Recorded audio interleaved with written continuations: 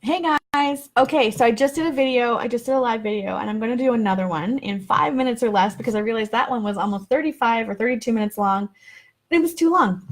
So if you want to take more detail and look into the full expansive version of this explanation, feel free to look at that video.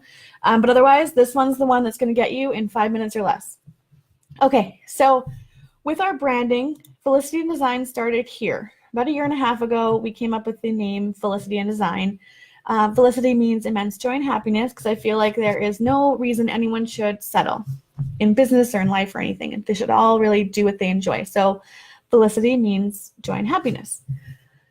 But while we loved this color palette and we just felt we really loved it. It was super fun and energetic and creative, except it was attracting clients that were also very creative themselves. And while we love creative clients, they can be very strong in their opinions and they don't necessarily always take our expertise. They always want to have their opinions strongly part of the project. So we loved this palette, but we didn't feel like it was attracting the clients we wanted to work with. So we were shifting between these two. We were considering these two. You can see the logo we changed to was much more classic, and it would work with either of these two palettes, but we weren't sure which one to go with. I loved this one. It had our maverick side, our very rebellious, bold, energetic side, and this one was very beautiful, and we felt like it would really appeal to our ideal client. And we realized that ideal client really means not female entrepreneur photographer who's 35. It really is more about the personality. So hardworking, ambitious, makes decisions but respects the expertise of those they work with.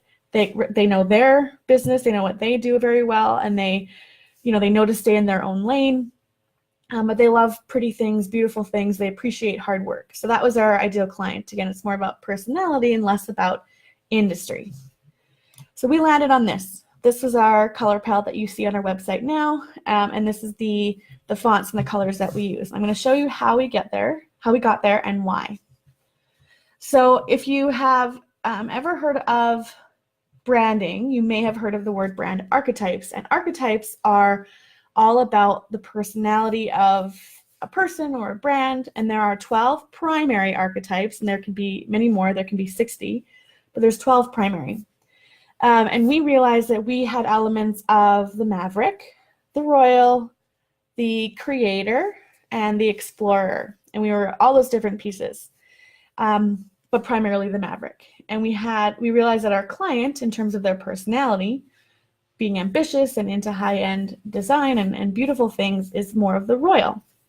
And so all of those put together, that's where the intersection happens, and it's all about creating a brand that appeals to your ideal client to draw them in, but also feels good to you. It should not be something that you hate. If you hate it, don't use it. It should be that combination, because it's going to be that intersection between the two of you that will draw the client in and feel comfortable and authentic to you.